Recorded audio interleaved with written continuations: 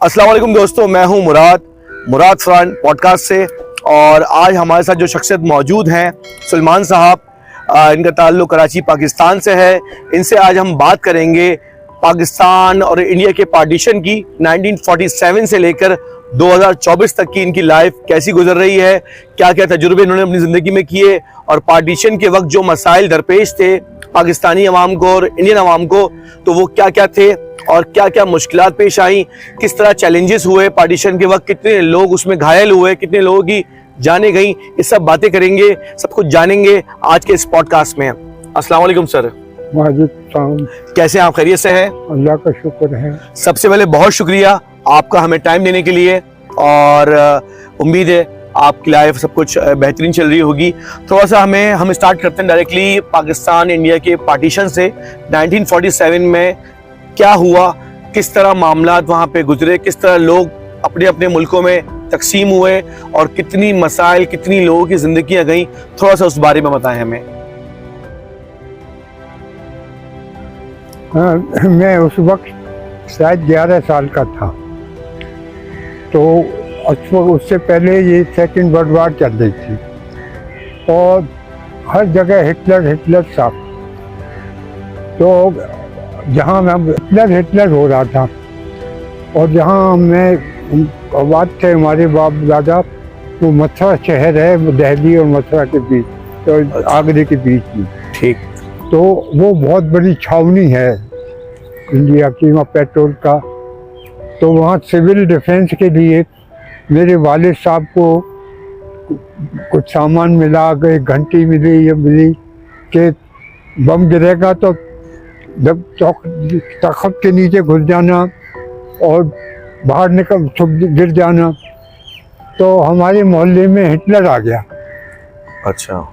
मैं समझा हिटलर बड़ी जोर से हिटलर बोल रहा था, तो मैं दौड़ के तख्त के नीचे घुस गया और बहुत देर इंतज़ार किया। फिर मैंने कही भाई हिटलर आया नहीं, तो मैंने दरवाजे खोल के देखा कि फौजी गाड़ी थी जो कि नवाब रामपुर ने दी थी। तो उसमें जो दाऊद स्पीकर पे बोल रहे थे वो हमारे पड़ोसी थे जो मीलाद पढ़ते थे, उनका नाम मुमताज़ था। और सारे मोहल्ले के लड़के बहुत बड़े छोटे थे। हमने कहा है ये तो हिटलर नहीं आया, तो हम भी चले गए। फिर वहाँ से जुलूस निकला, सीने पे गोली खाएंगे, पाकिस्तान बनाएंगे, ये सब नारे लगे रहे। तो ये हुआ। फिर एकदम फिर ऐलान हुआ कुछ दिन बाद कि इंडिया के बंटवारे हो गए, इंडिया पाकिस्तान के। तो सब बोले कि हम कहाँ, कि हम हिंदुस्तान में हैं। खौफ तारी हो गया सब पर, सब परेशानी हो गई। चलो कुछ दिन चला तो फिर मारकाट शुरू हो गई, फिर लोग इधर से उधर भागने लगे। हम दिल्ली चले गए थे। उस वक्त दिल्ली में मारकाट नहीं हुई थी। अच्छा। हाँ, हम दिल्ली चले गए थे अपनी नानी नाना के पास। अच्छा। फिर वहाँ पे झगड़े शुरू हो गए, तो हम नानी नाना के साथ इधर आ गए, पाकिस्तान आ गए। हाँ, पाकिस्तान आ गए। कहाँ कहाँ ठहरे ये मैं नहीं जाऊँगा तफसील से। ठीक है। अच्छा, मेरे पेरेंट्स नहीं आ सके। अच्छा, वो इंडिया में ही है? हाँ थे। मतलब वो आ जाएंगे, कोशिश कर रहे थे। तो हम 2 भाई आ गए थे, और 2 भाई और वालिद साहब और पूरी फैमिली मारे गई।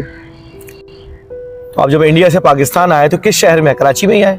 हाँ, कराची में ही आए थे, सीधे लाहौर से होते रुकते हुए। अच्छा, आपके जब माँ बाप जो थे वो इंडिया में रह गए, दिल्ली में? वो मथुरा में रह गए। मथुरा में रह गए। अच्छा। फासला था ना, सब भागे ना। अच्छा। तो उनके साथ हमारे भाग लिए। जो कुछ हुआ मैं उस पर नहीं जाऊंगा। अच्छा, आपने ये क्यों नहीं डिसाइड किया कि आपको भी इंडिया में अपनी फैमिली के साथ रुकना चाहिए, ना कि पाकिस्तान आना? बच्चा था, वो सब भागे, सब भाग रहे थे, हम भी भाग रहे थे। अच्छा, आपने कहा कि लोग सब पाकिस्तान की तरफ रुख कर रहे हैं। जो मेरे नानी मामा कर रहे थे मैं उनके साथ था। तो जब शुरू में आए तो कैसा तजुर्बा रहा, क्या क्या? अरे बहुत मुसीबतें झेली भैया। टेंटों में रहे, कहीं कहाँ रहे, हालात सब होते गए, सही होते गए, सब होते गए।